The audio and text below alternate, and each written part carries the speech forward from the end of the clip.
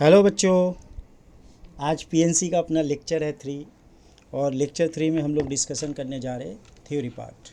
उसके बाद लेक्चर 4 में इससे रिलेटेड आपको सारे प्रॉब्लम्स मिल जाएंगे। तो ये है पीएनसी का लेक्चर 3। पीएनसी लेक्चर 3 और इसमें रहेगा आपका थ्योरी विथ प्रूफ और विथ प्रॉपर अंडरस्टैंडिंग। ठीक है, थ्योरी को हम लोग प्यार से समझते हैं क्या बोलना चाहता है। तो पहला आज जो अपना पॉइंट है जो पढ़ना है वो है कि फैक्टोरियल नोटेशन। फैक्टोरियल नोटेशन क्या होता है? फैक्टोरियल नोटेशन, इसको पहले हम लोग जानते हैं। तो फैक्टोरियल कुछ इस तरीके से लिखा जाता है। अगर आपके पास कोई इंटीजर है या होल नंबर है n, तो उसका फैक्टोरियल हम लोग इस तरीके से लिख सकते हैं। और एक साइन होता है लाइक ऐसा। तो इसको रीड करने का तरीका है फैक्टोरियल n। आप कैसे पढ़ोगे? Factorial n। फैक्टोरियल n बोलना आपको, ठीक है ना। तो इसका डेफिनेशंस क्या है?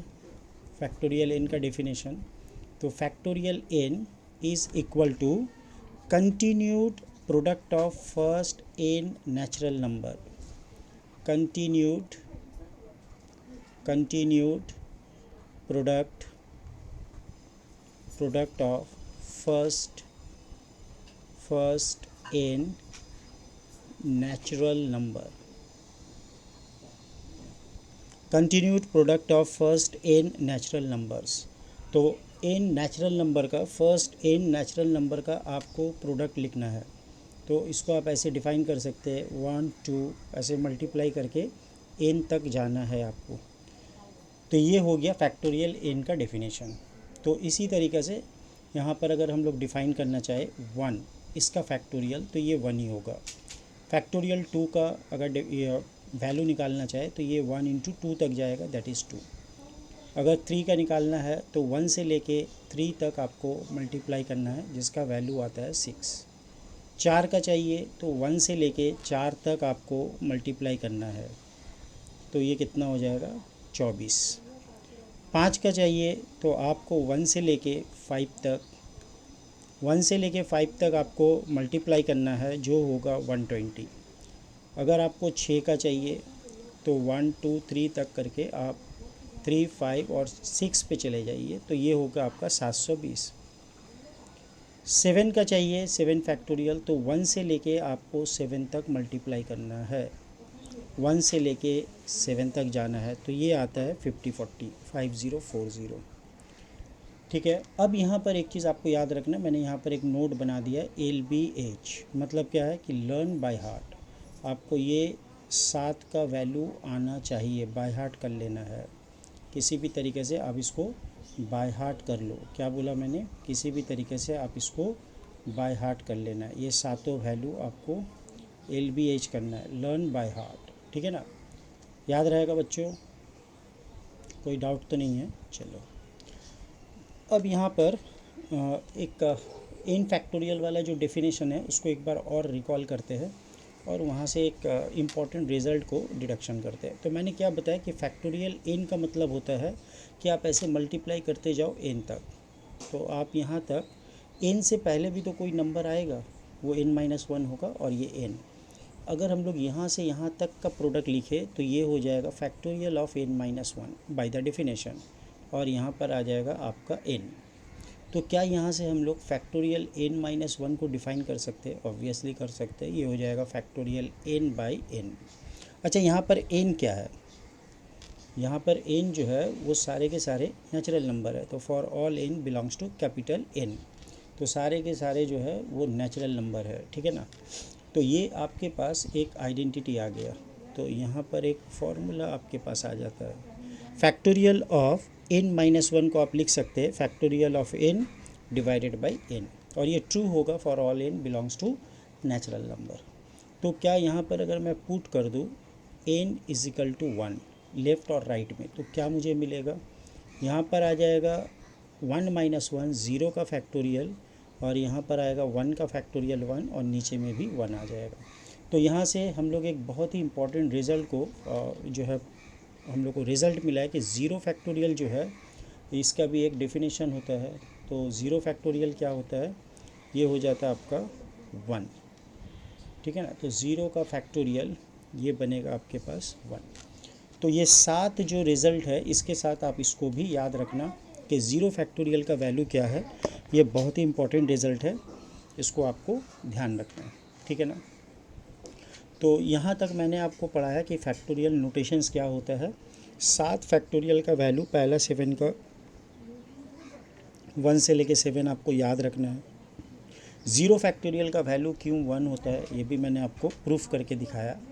उसके बाद मैं जाता हूँ एक और इम्पॉर्टेंट रिज़ल्ट की तरफ, ठीक है ना। एक इम्पॉर्टेंट रिज़ल्ट है, तो ये बहुत सा टाइम जेई वगैरह में यूज़ होता है, तो इसको आप ऐसे लिख सकते हो, very very important result, very very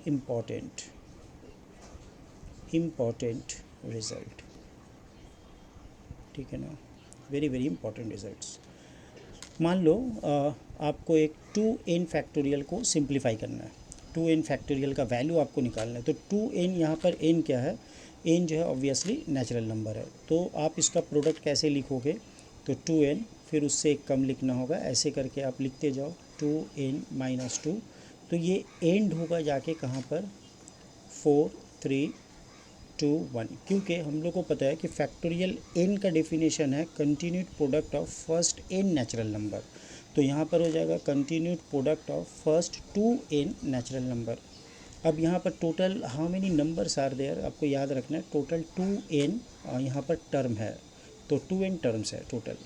तो ये 2n टर्म में से कुछ टर्म जो है वो 2 से मल्टीपल हो रहे हैं, तो वो इवन नंबर है।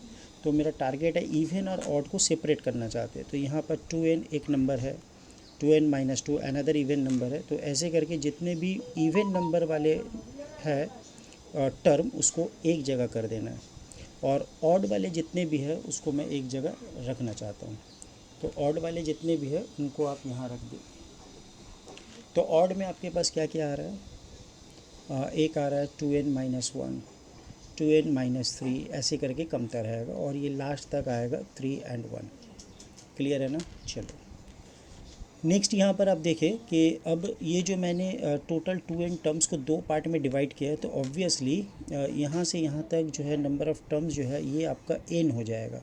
How many terms are there, यहाँ पर है n टर्म्स, याद रहे।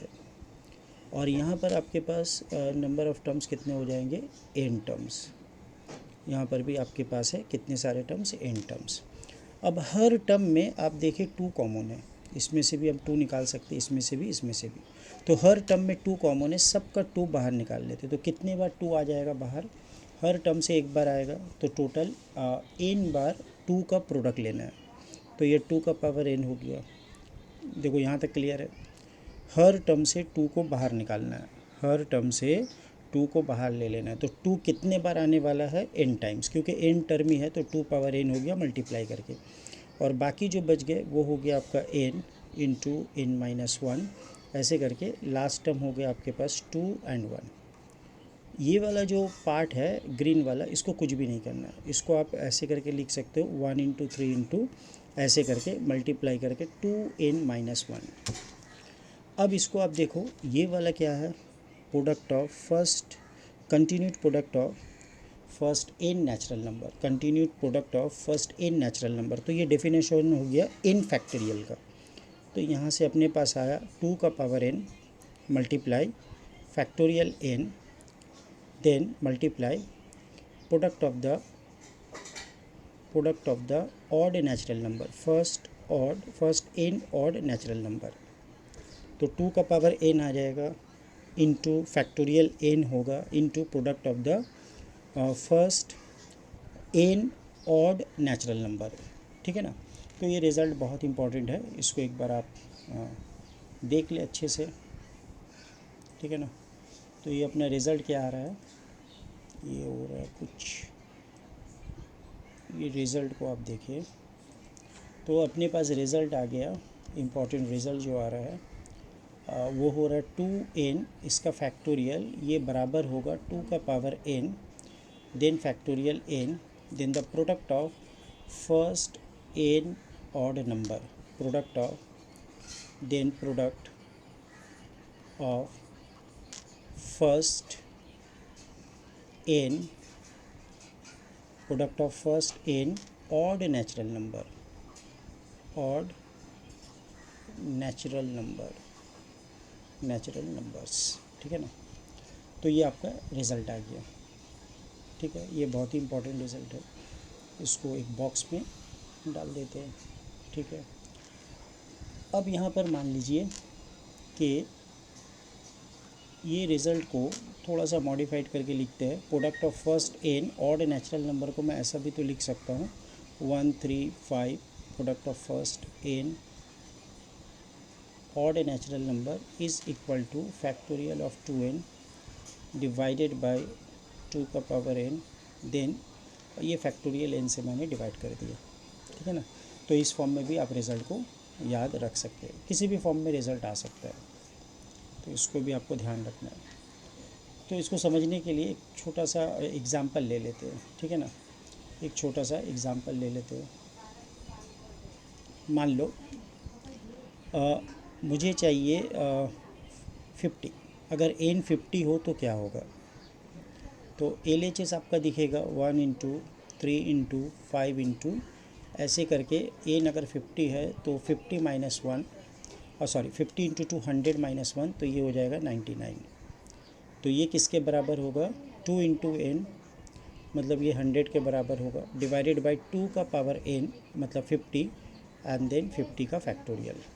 तो product of first n odd natural number आप फैक्टोरियल फॉर्म में ऐसा लिख सकते हैं। तो आपने APGP पे एक फार्मूला भी पढ़ रखा है, बहुत ही इंपॉर्टेंट रिज़ल्ट था कि अगर आपके पास ऑड नंबर हो, ऑड नेचुरल नंबर, और n तक हो, अगर आप उसको ऐड करना चाहें तो इसका समेशन एस ऑड, अगर हम बोले first n odd natural number, तो ये आता है n², और इनका अगर प्रोडक्ट लेंगे तो ये कुछ ऐसा दिखेगा, है ना, फैक्टोरियल फॉर्म में। तो इसके साथ आप पैरिटी रख के पढ़ सकते हो, ठीक है ना। तो ये दोनों में एक रिलेशंस आपको दिखता होगा कि एडिशन होने से n² हो जाता है, लेकिन अगर सारे को प्रोडक्ट कर देंगे तो ये हो जाएगा फैक्टोरियल फॉर्म में 2n का factorial by 2 to the power n into factorial n आ जाएगा, ठीक है ना। चलो नेक्स्ट जो टॉपिक है ये बहुत ही इंपॉर्टेंट थ्योरेटिकल पार्ट है। इसमें तो JEE वगैरह में क्वेश्चंस देते हैं कि मान लीजिए आपको फाइंड आउट करना है exponent of p, exponent of p। p क्या है, p ज़रूरी है कि एक प्राइम हो, where p is a prime number, p is a prime. जब हम लोग प्राइम बोलेंगे तो ऑब्वियसली पॉजिटिव ही पकड़ेंगे, है ना। Exponent of p, p is a prime number. तो exponent of prime number p निकालना है इन फैक्टोरियल n में आपको। तो पहले इसका मीनिंग समझ लेते हैं। मान लो आपको किसी ने दिया है कि नंबर है आपके पास 5 फैक्टोरियल, और इसमें 5 फैक्टोरियल को अगर हम लोग लिखें तो कैसे लिख सकते हैं, product of the first 5, continued product of the first 5 natural number, continued product of first 5 natural numbers 1 2 3 4 and 5। तो यहाँ पर सिर्फ मुझे अगर मान लो ये निकालना है कि एक्सपोनेंट ऑफ 2 चाहिए मुझे, exponent of 2 in this product, मतलब मैं एक्चुअली कैलकुलेट करने वाला हूँ e ऑफ 2। तो यहाँ पर आप देखिए क्या आएगा, यहाँ पर हम लोग ऐसे लिख सकते हैं 1 इंटू 2 का पावर 1, 3 का पावर 1, 4 को लिख सकते हैं 4 का पावर 2, सॉरी 2 का पावर 2 एंड 5। तो यहाँ पर आप देख सकते हैं कि यहाँ पर 2 का पावर 3 आ रहा है, 2 का पावर 3 आ रहा है। बाकी जो भी फैक्टर है वो लिखेंगे, लेकिन e ऑफ 2 जब हम लोग लिखेंगे तो ये 3 होगा। तो ये हो जाएगा exponent of the prime number 2, exponent of the prime number 2 in 5 factorial. तो यहाँ पर e ऑफ t का मतलब हो गया एक्सपोनेंट, एक्सपोनेंट ऑफ, एक्सपोनेंट मतलब power, exponent of prime number, prime number, exponent of prime number 2, prime number 2 in factorial 5।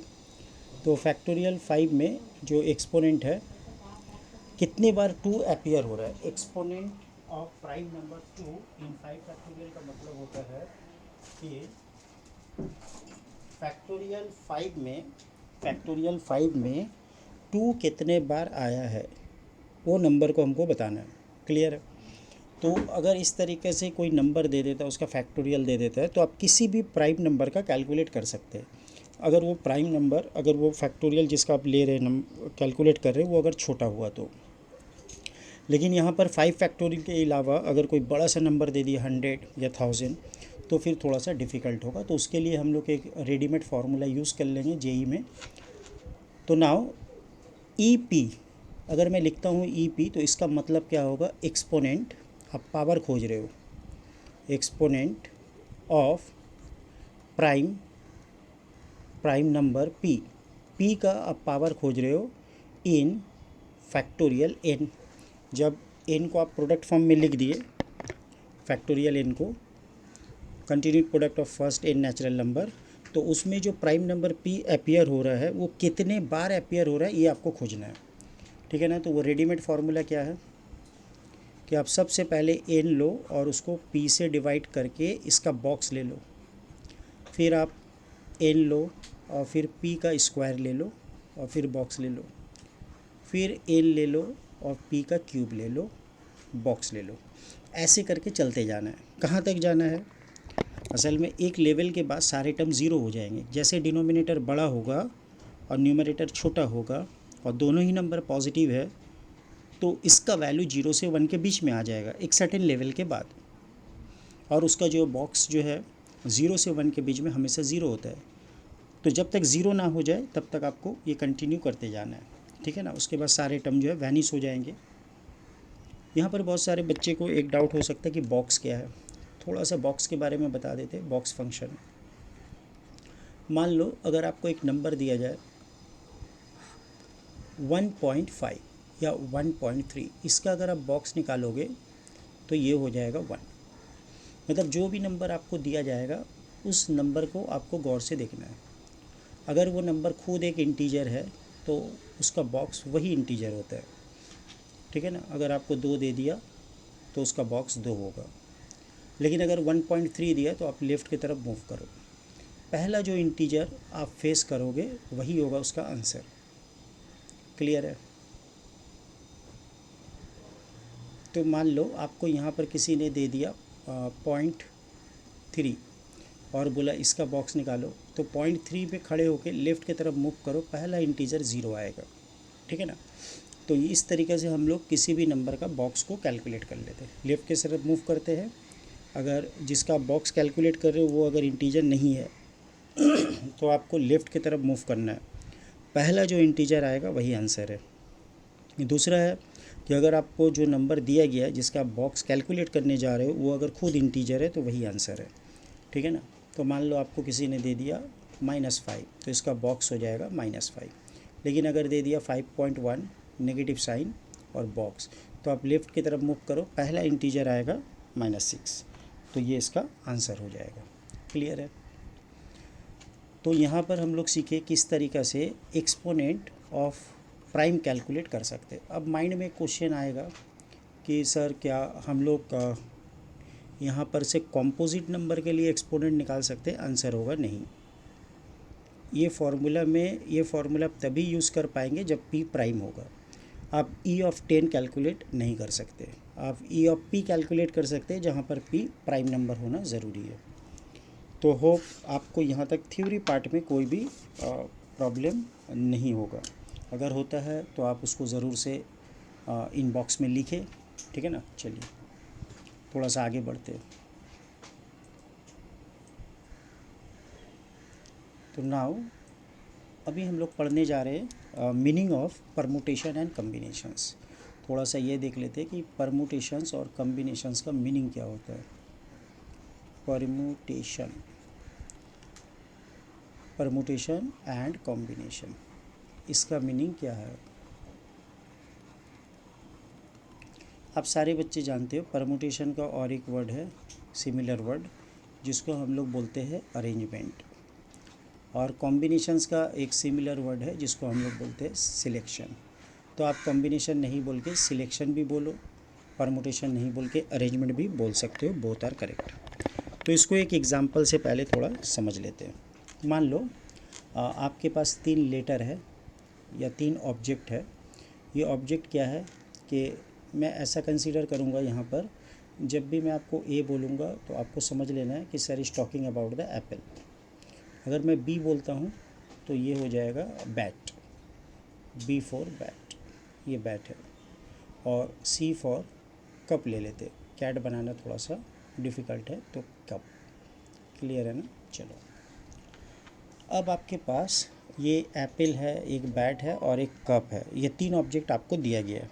इसमें से आपको 2 ऑब्जेक्ट को चूज़ करना है, मतलब 2 ऑब्जेक्ट को अरेंज करना है। तो 3 में से कोई 2 ऑब्जेक्ट लेके उसको अरेंज करना है। ध्यान से समझ लीजिए क्वेश्चन। आपको 3 ऑब्जेक्ट दिया गया है, ये 3 ऑब्जेक्ट में से कोई भी 2 ऑब्जेक्ट को लेके आपको अरेंज करना है। तो आप क्या क्या ले सकते हैं? तो आप ले सकते हैं एप्पल और उसके साथ आपने ले लिया बैट, ये हो गया। आप ले सकते हैं एप्पल, उसके साथ ले सकते हैं कप। आप ले सकते हैं बैट और उसके साथ ले सकते हैं कप। तो लेने के बाद आप इसको अरेंज भी कर सकते हैं, मतलब एप्पल और बैट को आपने सजाया है तो आप ऐसा भी सजा सकते हैं, पहला बैट फिर आपने ले लिया एप्पल को बाद में रखा। आपने लिया एप्पल के साथ कप को लिया, आप कप पहले लिखेंगे और एप्पल को बाद में रख सकते हैं, उसके पास में सजा सकते हैं। फिर यहाँ पर कप को सजा दिया और उसके बाजू में आपने बैट को रख दिया। तो यहाँ पर आप देख सकते हैं कि अगर आप 2-2 करके सजाना चाहे तो यहाँ पर 6 तरीक़े से आप 2 ऑब्जेक्ट को लेके अरेंज कर सकते हैं। तो 3 ऑब्जेक्ट में से आप अगर 2 ऑब्जेक्ट को चूज़ करें, एप्पल, बैट या कप में से 2 ऑब्जेक्ट को ले और उसको आप रख दें, मतलब मान लीजिए आपके पास एक टेबल है, आप उनको सजा रहे, ये पहला, ये दूसरा, ये दूसरा, ये पहला, इस तरीक़े से। तो पहला दूसरा, यहाँ पर पहला एप्पल है, फिर बैट है, यहाँ पहला बैट है देन एप्पल है। क्लियर है? तो इतनी तरीके से आप सजा सकते हो। तो आप यहाँ पर एग्जांपल में दे सकते हैं, टोटल नंबर ऑफ़ वेज जो है वो 6 है, टोटल नंबर ऑफ़ वेज 6 है। अब इसी को हम लोग एक टेक्निक से जो है समझने का कोशिश करते हैं। तो 3 ऑब्जेक्ट में से 2 ऑब्जेक्ट सिलेक्ट 3 ऑब्जेक्ट में से 2 ऑब्जेक्ट लेना है, उसको अरेंज करना है। तो ये ऐसा ही है कि मान लीजिए आपको 2 एम्प्टी प्लेस है, 2 एम्प्टी प्लेस है और बोला गया है कि ये 2 एम्प्टी प्लेस में आप कुछ रखो। तो रखने के लिए आपके पास ये 3 ऑब्जेक्ट अवेलेबल है, एप्पल है, बैट है और कप है। तो मैं आपसे पूछता हूँ, पहला जो प्लेस है आप इसमें कितने तरीक़े से इसको फिलअप कर सकते हैं, मतलब क्या क्या ऑब्जेक्ट है यहाँ पर रखने के लिए? तो आप बोलेंगे सर एप्पल है, बैट है और कप है, कोई भी एक मैं यहाँ पर रख सकता हूँ। तो यहाँ पर आपको फिलअप करने के लिए 3 वेज है, आप ABC में कोई भी एक रख देंगे। अब मान लीजिए आप यहाँ पर कप रख दिए या फिर बैट रख दिए, बैट ही रख देते, तो बचा आपके पास आप एप्पल और कप। तो इसको फिलअप करने के लिए फिर आपके पास 2 वे है। अब ये दोनों एम्प्टी स्पेस जब फिलअप होगा, ठीक है ना, या ब्लैंक स्पेस या ब्लैंक बॉक्स जब फिलअप हो जाएगा तभी आपका जॉब डन होगा। तो यहाँ पर पहला ब्लैंक स्पेस और दूसरा ब्लैंक स्पेस दोनों को फिलअप करना ज़रूरी है। तो दोनों वर्क जब कंप्लीट हो तभी होल टास्क कंप्लीट होगा। तो यहाँ पर हम लोग MP लगा देंगे, मल्टीप्लिकेशन प्रिंसिपल, और यहाँ से आंसर आ जाएगा 6 वेज। क्लियर है? तो ये 6 तरीक़े से अरेंज तो आपने कर लिया था और यहाँ पर टेक्निकली भी आपने देखा कि 6 वेज बाय मल्टीप्लिकेशन रूल भी आ रहा है। अब प्रॉब्लम क्या है कि अगर आप ऐसे सजाने का कोशिश करें और आपको बहुत लार्ज नंबर में ऑब्जेक्ट दे दिया है, मान लो A फॉर एप्पल है, B फॉर बैट है, C फॉर कप है, D फॉर डॉल है, ऐसे करके आपको बहुत सारे n ऑब्जेक्ट दे दिया है। अब बोल रहा है कि ये n ऑब्जेक्ट में से आपको सिलेक्ट करना है R ऑब्जेक्ट, आपको सिलेक्ट करना है R ऑब्जेक्ट्स, ठीक है ना, R ऑब्जेक्ट आपको सिलेक्ट करना है। तो फिर आप कैसे, किस तरीके से इसको सिलेक्ट कर सकते हो, कितने तरीके से आप इसको सिलेक्ट कर सकते हो, ठीक है ना। तो यहाँ पर अपना वही ये ब्लैंक स्पेस वाला जो टेक्निक है उसी को यूज़ करते हैं। तो मुझे सिलेक्ट R ऑब्जेक्ट को करना है और उसको अरेंज भी करना है, ठीक है ना। तो R ऑब्जेक्ट का मुझे अरेंजमेंट चाहिए। तो now we want to arrangement of R objects. तो R ऑब्जेक्ट का अरेंजमेंट मैं किस तरीके से कर सकता हूँ? तो अरेंजमेंट ऑफ R ऑब्जेक्ट्स, तो मुझे R ऑब्जेक्ट्स का अरेंजमेंट चाहिए। तो अपना टेक्निक वही है कि सबसे पहले R एम्प्टी स्पेस या ब्लैंक स्पेस R बना लेते हैं और सबका नाम देते हैं first place, second place, third place, fourth place and this is my rth place.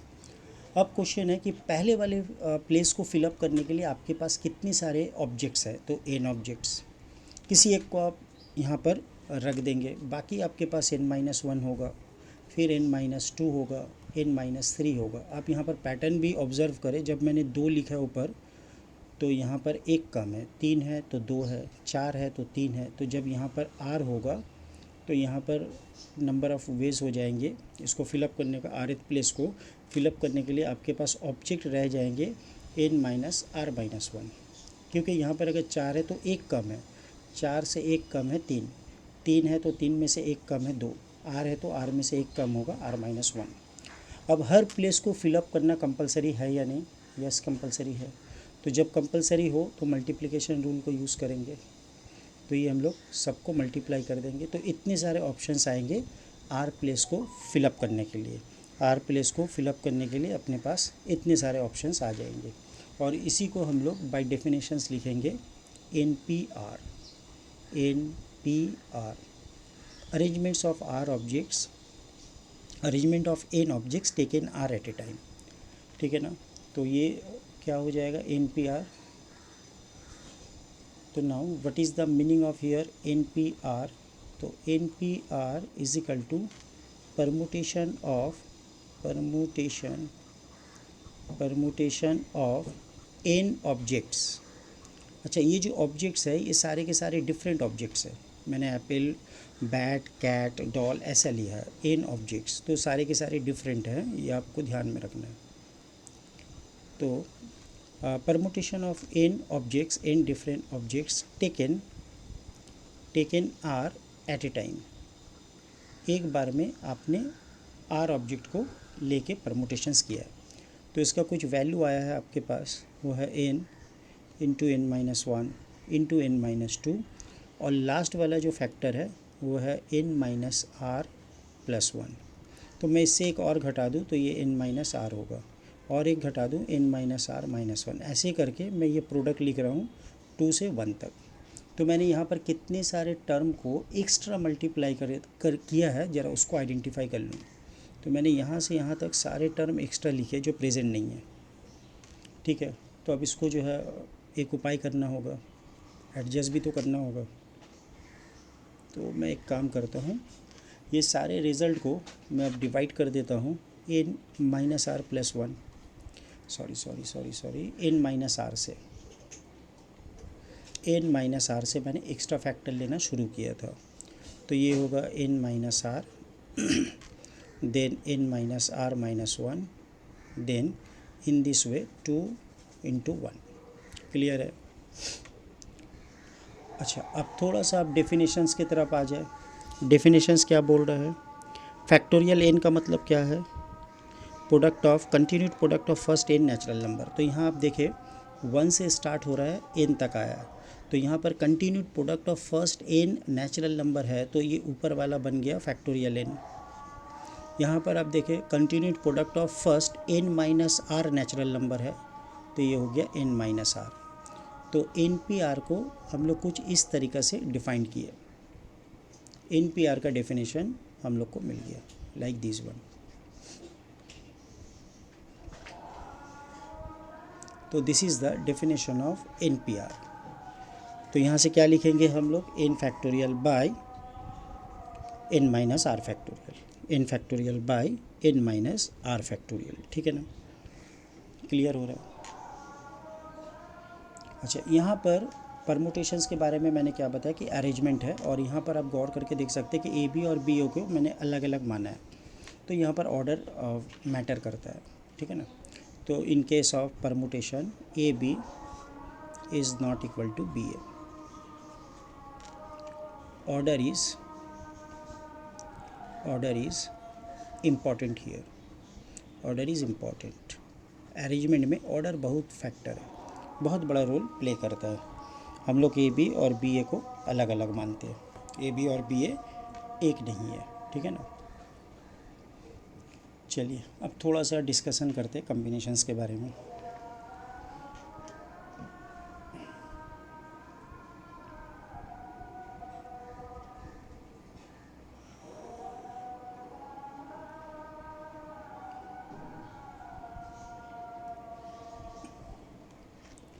तो यहाँ पर आप देखिए वही अपना पुराना वाला एग्जांपल्स लेते हैं और वहीं से कॉम्बिनेशंस को डिराइव करते हैं। तो मान लेते हैं आपके पास एप्पल है, बैट है और कप है। तो यहाँ पर आपके पास है नाउ एप्पल, बैट और कप है। आपको किसी ने कहा कि यहाँ से सिर्फ आप 2 ऑब्जेक्ट सिलेक्ट करें करके एक ग्रुप बनाए आप, तो कितने ग्रुप बन सकते हैं? तो आप कैसे ग्रुप बनाओगे? एक बन सकता है ग्रुप जिसमें आपने रखा है एप्पल और बैट को। दूसरा ग्रुप आप बना सकते हैं एप्पल के साथ कप को। तीसरा बना सकते हैं बैट के साथ कप को। अब एक ग्रुप में एप्पल बैट हो या बैट एप्पल हो, क्या फ़र्क पड़ता है? ग्रुप तो एक ही है। ग्रुप में मेंबर कौन कौन सा है वो मेन फैक्टर होता है। अगर एक ग्रुप में आपके पास एप्पल और बैट है और दूसरे ग्रुप में अगर कोई दूसरा एलिमेंट आ जाता है, एप्पल के साथ कप आ जाता है, तो दोनों ग्रुप को हम लोग अलग मानेंगे। लेकिन यहाँ पर अगर आप ग्रुप के नज़रिया से देखें कि आप एक ग्रुप फॉर्म कर रहे हैं, तो यहाँ पर ए बी और बी ए दोनों सेम होगा, क्योंकि आपके ग्रुप में ए बी है या बी ए रहे, दोनों एक ही बात है। तो यहाँ पर ऑर्डर कोई फैक्टर नहीं करता, तो ऑर्डर इज़ इममटेरियल हियर। तो इन केस ऑफ कॉम्बिनेशन और सिलेक्शंस के बारे में, तो in case of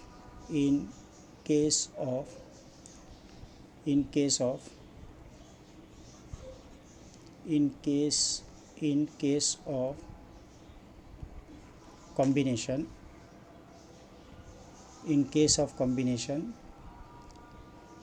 order is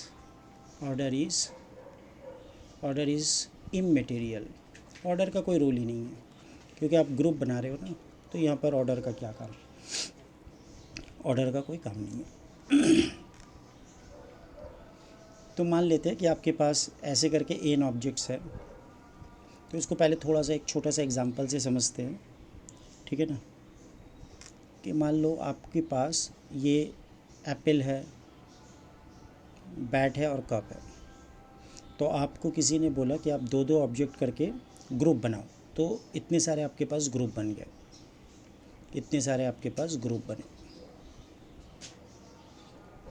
ठीक है ना। अच्छा, इस ग्रुप में जो मेंबर आ रहे हैं उसको आप 2 तरीक़े से फिर अरेंज कर सकते हो। ग्रुप्स तो बन गए। अगर मैं सिलेक्शन करने के बाद अरेंजमेंट के बारे में बात करूँ, तो आपके पास 3 ग्रुप बने, गए, ए बी ए सी और बी सी का ग्रुप। तो अगर आप जब ए बी का ग्रुप लेंगे, तो इस ग्रुप को जो एलिमेंट है इसको आप ऐसे सजा सकते हैं, एक तो अरेंजमेंट ए बी होगा और एक इससे हो जाएगा बी ए। मैं अरेंजमेंट का बात कर रहा हूँ। फिर आपके पास एक ग्रुप ए सी भी है, जहाँ से इसको अगर आप अरेंज करेंगे तो इसको 2 तरीक़े से आप अरेंज कर सकते हैं, एक ए सी होगा और एक हो जाएगा आपके पास सी ए। तीसरा जो ग्रुप है आपके पास, उसमें जो 2 एलिमेंट है, उस 2 एलिमेंट को भी आप सजा सकते हैं ना। थोड़ा सा दिखने में ख़राब लग रहा है, उसको ठीक कर देते हैं। तो यहाँ पर जो आपके पास लास्ट ग्रुप बचा है, इस ग्रुप के जो मेंबर है आप उनको फिर अरेंज कर सकते हैं 2 तरीक़ा से। तो आप देखें तो कितने सारे अरेंजमेंट बन रहे हैं आपके पास, 1 2 3 4 5 6। क्लियर है? तो नंबर ऑफ़ ग्रुप कितने बन रहे हैं? 3। अगर मैं थोड़ी देर के लिए मान लूँ मुझे पता ही नहीं है नंबर ऑफ़ ग्रुप कितने बन रहे हैं, तो मैं वो नंबर ऑफ़ ग्रुप को x मान लेता हूँ कि मैं 2-2 करके अगर 3 एलिमेंट में से 2-2 करके अगर सिलेक्ट करूँ तो कितने सारे मैं ग्रुप बना सकता हूँ, कितने सारे सिलेक्शन या ग्रुप में फॉर्म कर सकता हूँ। मान लेता हूँ x वेज में मैं फॉर्म कर सकता हूँ।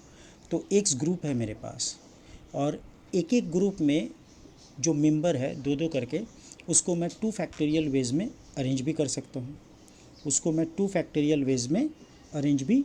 सकता हूँ, है कि नहीं। तो यहाँ पर हम लोग क्या कर सकते हैं कि हर एलिमेंट को 2 फैक्टोरियल वेज से अरेंज भी कर सकते हैं। अब जो हमारे पास टोटल अरेंजमेंट आएगा वो नथिंग बट 3p2 होगा। तो यहाँ से मैं x का वैल्यू निकाल सकता हूँ, तो ये हो जाएगा 3p2 बाई फैक्टोरियल 2। अब 3p2 का मतलब क्या है? Factorial 3 by 3 minus 2, that means 1 factorial by 2 factorial. तो यहाँ पर अगर मैं 3 एलिमेंट लेके काम किया तो मुझे ऐसे रिज़ल्ट मिला, ठीक है ना। अगर मेरे पास ऐसे मान लेते हैं A B, A for apple, B for boy, C for cat, D for dog, ऐसे करके अपने पास एन डिफरेंट ऑब्जेक्ट्स है। कितने ऑब्जेक्ट्स है? N different objects, N different objects है। और यहाँ से मुझे सिलेक्ट करना है आर, सिलेक्ट करना है, मतलब आपको यहाँ से आर ऑब्जेक्ट अगर आप सिलेक्ट करेंगे तो कितने सारे ग्रुप्स आप बना सकते हैं, कितने सारे कॉम्बिनेशन पॉसिबल है। तो सिलेक्ट करना है, सिलेक्ट करना है आर एलिमेंट्स, आर एलिमेंट्स को सिलेक्ट करना है। तो मेरे पास जो ग्रुप बनेंगे ना, उसमें एक एक ग्रुप में मेरे पास एलिमेंट्स हो जाएगा आर, उसमें एक एक ग्रुप में मेरे पास एलिमेंट्स कितने आ जाएंगे? R elements. तो कितने सारे ग्रुप बनेगा नहीं पता, वही कंसेप्ट है कि मेरे पास एक्स ग्रुप बन जाएंगे और हर ग्रुप में आर मेंबर है, जिसको मैं अरेंज कर सकता हूँ आर फैक्टोरियल वेज में। तो जब मैं ये करता हूँ कि मैंने ग्रुप बना लिया, कितने सारे कॉम्बिनेशंस पॉसिबल है और उसके जो अंदर में मेंबर है उसको भी मैंने इंटरनल अरेंजमेंट कर लिया, तो इसका जो रिज़ल्ट है ये मुझे क्या देता है? Permutation of N objects taken are at a time. तो यहाँ से एक रिज़ल्ट आ जाता है x is equal to n P r by r. Clear है? और ये एक्स क्या है? एक्स है नंबर ऑफ़ सिलेक्शंस। और नंबर ऑफ़ सिलेक्शंस को हम लोग कैसे लिखेंगे? नंबर ऑफ़ सिलेक्शंस को हम लोग लिखेंगे अच्छा यहाँ पर फैक्टोरियल आर लिखना भूल गया।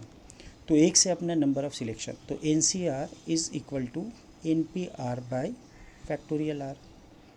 इसको आप ऐसे लिख सकते हो, factorial n by factorial n minus r into factorial r. तो ये अपना एन सी आर का डेफिनेशन हो गया। क्लियर है? ये अपना एन सी आर का डेफिनेशन हो गया। तो ये एन पी आर और ये एन सी आर में एन और आर में एक रिस्ट्रिक्शंस होता है, तो इसको आपको थोड़ा सा ध्यान रखना है। Restriction on n and r, n और आर पे रिस्ट्रिक्शंस क्या है?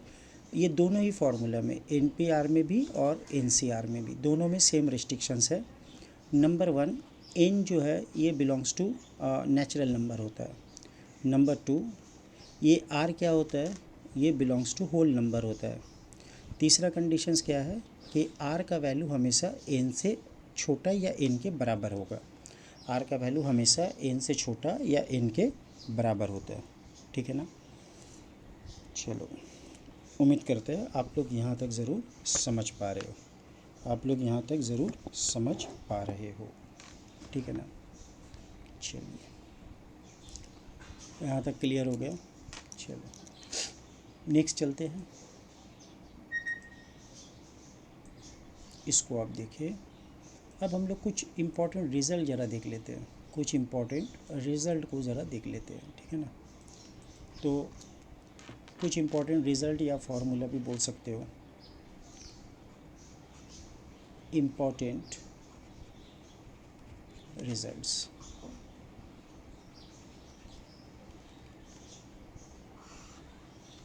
नंबर 1, अभी मैंने दिखाया आपको कि अगर आप एन पी आर करते हो तो ये होता है n c r multiply with factorial are.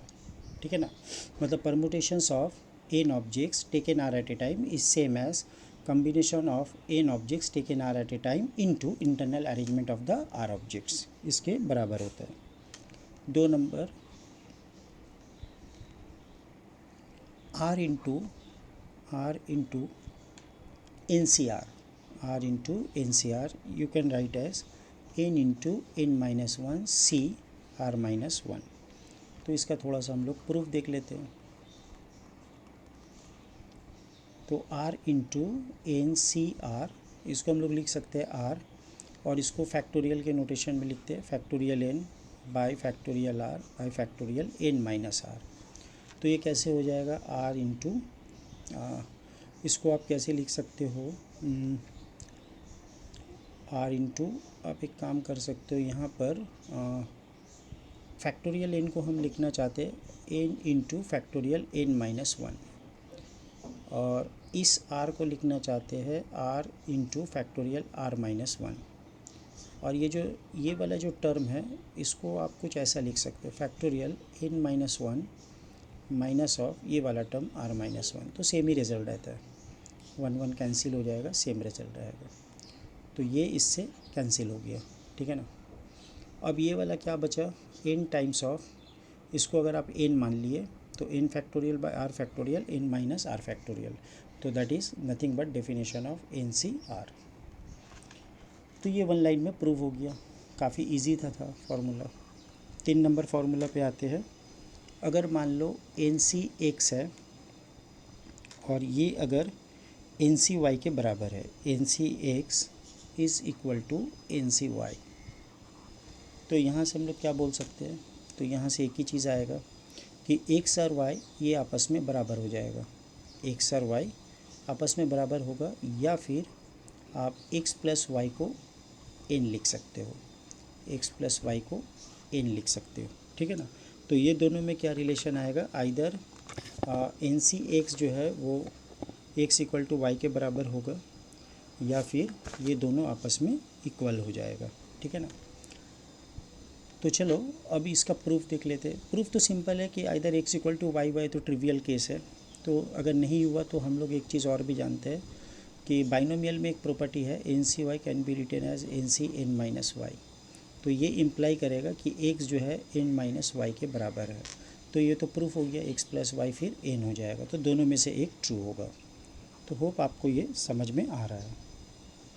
Next property एक देखते हैं, NCR plus NCR minus one, ये बराबर होता है n प्लस वन CR का, n प्लस वन CR के बराबर होता है। इसका प्रूफ देख लेते हैं इस प्रॉपर्टी का। तो हम LHS से स्टार्ट कर रहे हैं। LHS is equal to NCR plus NCR minus one. आप इसको ऐसे लिखो, factorial n by factorial r then factorial n minus r। यहाँ पर क्या आएगा, factorial n by factorial r minus one then factorial n minus r plus one. अब यहाँ से एक काम करते हैं, फैक्टोरियल n को बाहर ले लेते हैं, तो आपके पास बचा वन बाय, यहाँ पर r फैक्टोरियल है, इसको आप r into factorial r minus one कर दो, और इसको आप लिख सकते हो फैक्टोरियल n माइनस r, यहाँ से तो वन हो गया, ये फैक्टोरियल r माइनस वन, यहाँ से आप लिख सकते हो n minus r plus one, और एक घटा दिए तो factorial of n minus r हो गया, फैक्टोरियल n आया। अब यहाँ से आप देखो ये वाला पार्ट भी कॉमन है, ये भी कॉमन है, ये भी कॉमन है, ये सबको बाहर निकालो, r माइनस वन और n माइनस r को बाहर ले लो, तो वन बाई आर बचा, यहाँ से one by n minus r plus one, बाकी जो कॉमन टर्म थे वो सारे के सारे बाहर हो गए। तो factorial n by factorial r minus one then factorial n minus r, ऐसा आ गया। और यहाँ पर सिंप्लीफाई करने से क्या आ रहा है, n minus r plus one plus r divided by n minus r plus one into r, ऐसा कुछ आ जाएगा। तो यहाँ से आप r और r को कैंसिल कर सकते हो, r और r को आप कैंसिल कर सकते हो। तो ये फिर ऊपर की तरफ लिख देते हैं, ये कुछ ऐसा आ जाएगा, ऊपर में n plus one into n, तो ये हो गया आपका factorial of n plus one आ रहा है, ठीक है ना। नीचे में यहाँ पर देख सकते हैं आप n माइनस r, तो ये कुछ r into r minus one है, तो इसको आप लिख सकते हैं फैक्टोरियल r, और यहाँ पर से आप लिख सकते हैं n plus one minus r का फैक्टोरियल। तो ये डेफिनेशन किसका है, ये n प्लस वन CR का डेफिनेशन है। तो ये प्रॉपर्टी भी हम लोग बहुत इजीली जो है प्रूफ कर दिए, है ना। देखिए इसमें कोई डाउट है तो बताइए, क्लियर है सबको, सबको क्लियर है। अब एक काम करते हैं, ये रिज़ल्ट को एक और तरीक़ा से प्रूफ करने का कोशिश करते हैं, ठीक है ना, NCR plus NCR minus one. तो इसको ज़रा आप देख ले,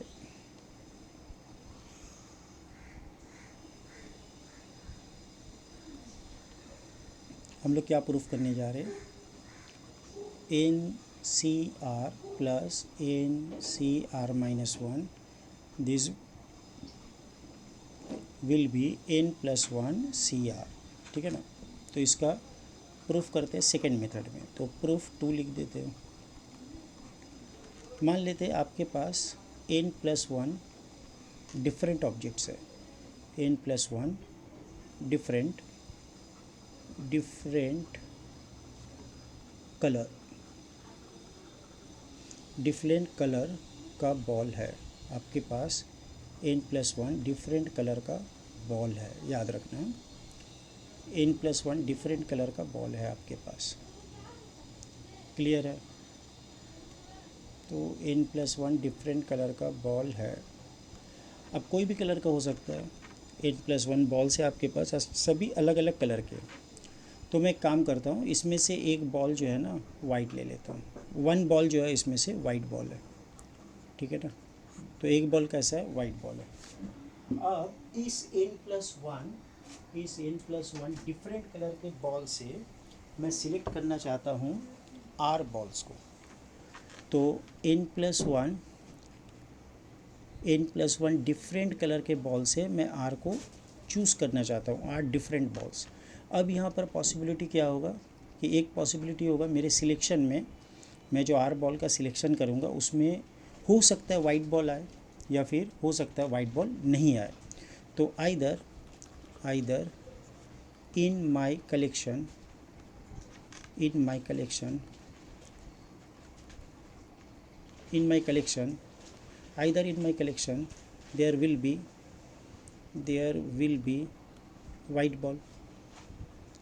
there will be white ball, or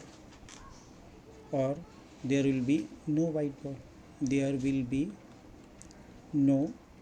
white ball, या फिर हो सकता है कोई वाइट बॉल ही ना आए, नो वाइट बॉल, ठीक है ना, कोई वाइट बॉल ना आए। तो ये आइदर और का केस है, इसका मतलब यहाँ पर एडिशन रूल अप्लाई होगा। तो जब मेरे कलेक्शन में एक बॉल वाइट होगा तो उस सिचुएशन में हम क्या कर सकते हैं, तो आर बॉल में से एक बॉल आपको वाइट लेना है। ध्यान से सुनिए, आपके पास n+1 बॉल है, इस बॉल में से एक बॉल वाइट है, बाकी सब नॉन वाइट है। तो नॉन वाइट बॉल कितने बच गए आपके पास, जो वाइट नहीं है वो n है। क्लियर है ना।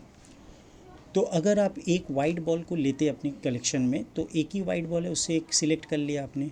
बाकी जो आपको सिलेक्ट करना है वो r-1 बॉल सिलेक्ट करना है, क्योंकि टोटल आपको r ही लेना है।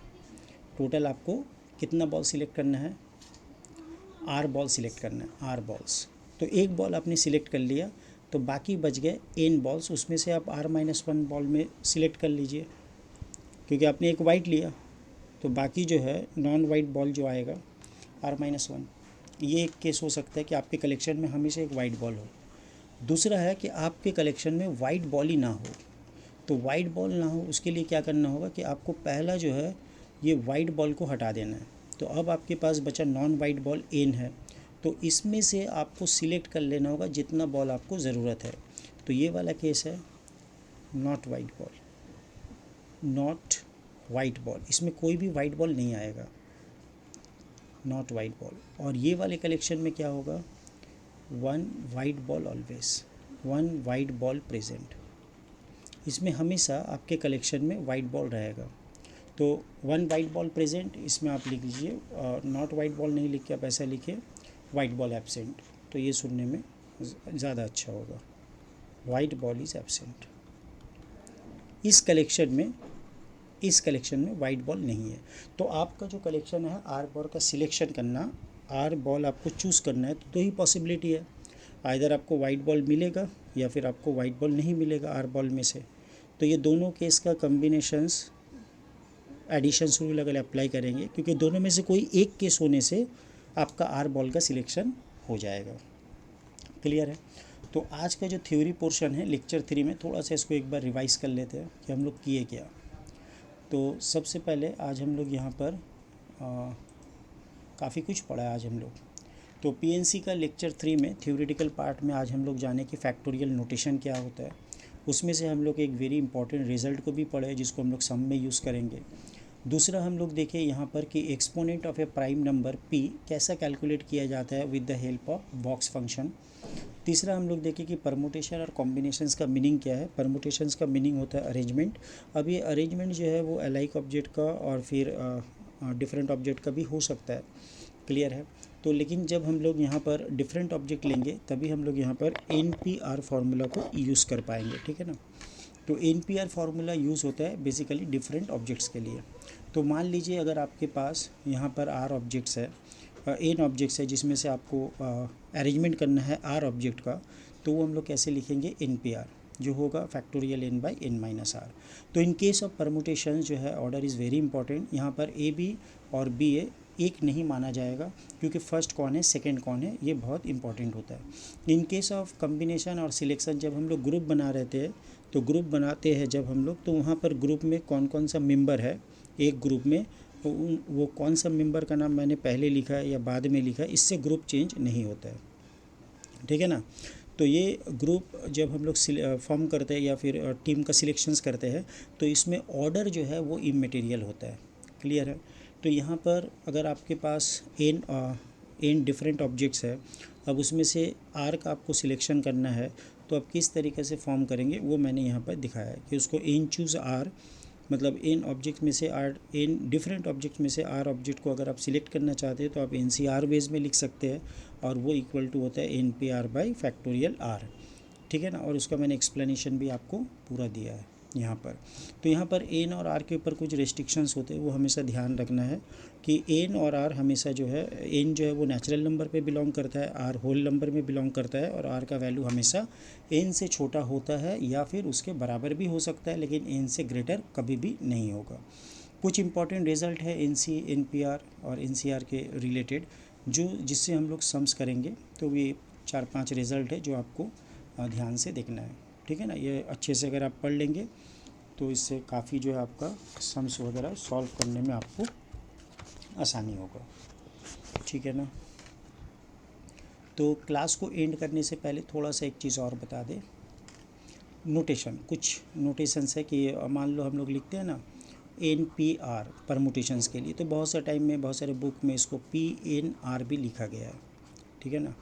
बहुत सारे बुक्स में अरेंजमेंट है तो ऐसे लिख देते हैं, तो ये जस्ट नोटेशन है। और एन सी आर को बहुत सारे बुक में ऐसे भी लिखा जाता है सी एन आर, तो इसको आप यूज़ करते करते इनसे फेमिलियर हो ही जाएंगे, ठीक है ना। तो ये कुछ नोटेशन था जो मैंने आपको बताया, इसको आप थोड़ा सा ध्यान रखें, ठीक है ना।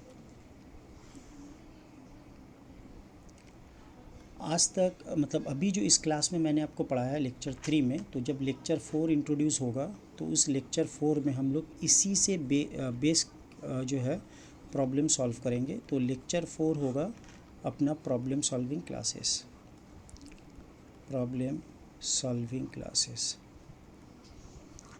आज मैं इन्वर्स ट्रिगोनोमेट्रिक फंक्शन का पहला लेक्चर जो है थ्योरी पार्ट भी अपलोड करने का कोशिश कर रहा हूँ, ठीक है ना।